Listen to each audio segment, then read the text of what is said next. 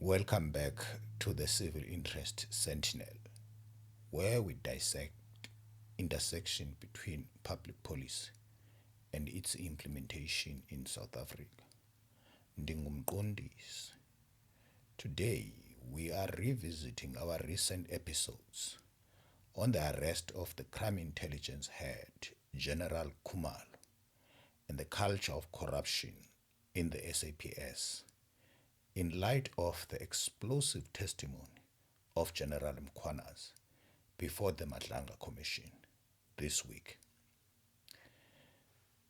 It reveals a disturbing picture of weaponized intelligence, political pawns, and a war within the police service that ran deeper than we have imagined. Several weeks ago, we discussed the arrest of General Mkhwanazi and other 6 SAPS officers for alleged irregular appointment of a 29-year-old brigadier. We call it a flicker of hope.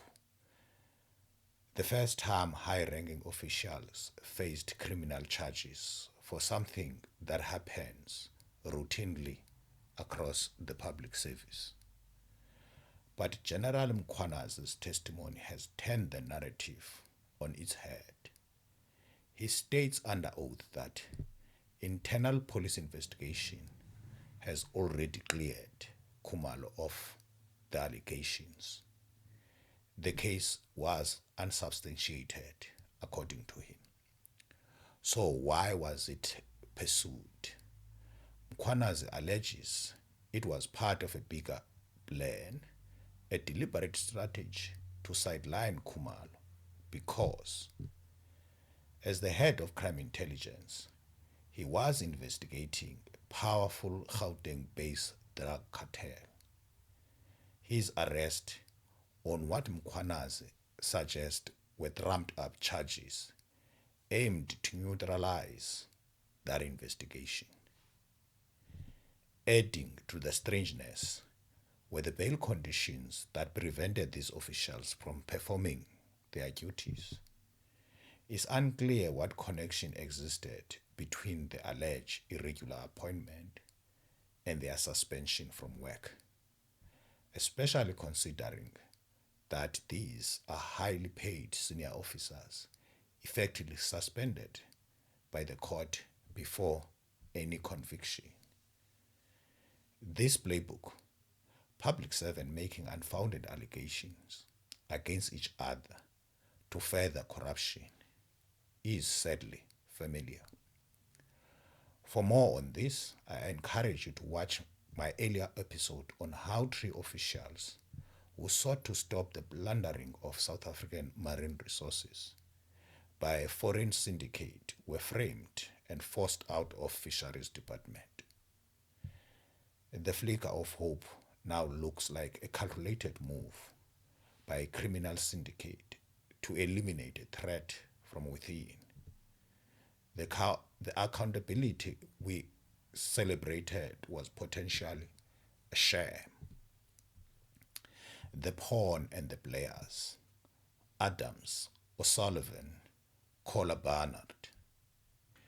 If the case against Mkhwanazi was a weapon, who was pulling the strings? Mkhwanazi pointed directly at those who brought the case.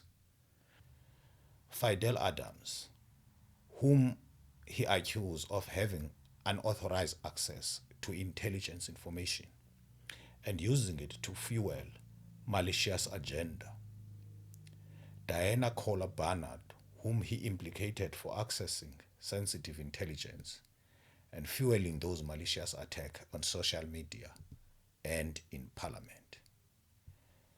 Kohler Barnard has fiercely denied the allegations, calling them outrageous and baseless. But here is the question. Why Kohler Barnard refute allegation via the media instead of testifying under oath before the commission? While she claims she was performing a legitimate oversight, she also sought to assert that her actions were outside the provisions of the Strategic National Intelligence Act. And her party, the DA, which often crusade for ethics, supports her contention. Perhaps the DA is defending this action because it is a norm within their ranks to use any information to score political points. With local government election looming, they are so desperate that they can't distinguish that which can compromise the security of the state. I cannot characterize this any better than General Jeremy Viri when he put it this way. I think first, she must just be reminded that even if there's classified information in the public domain, if it came there, if you comment and you still refer it, you are continuing speaking about classified information. In other words, you're continuing with your alleged offense. That would be. This creates an impossible dilemma for the public. Who do we believe? A respected general under oath or elected officials who claim they were being smeared to silence their oversight? Mkhwanazi's most explosive allegations were reserved for his colleague, Deputy National Commissioner Shadrack Sibiya. He did not just accuse Sibiya of incompetence.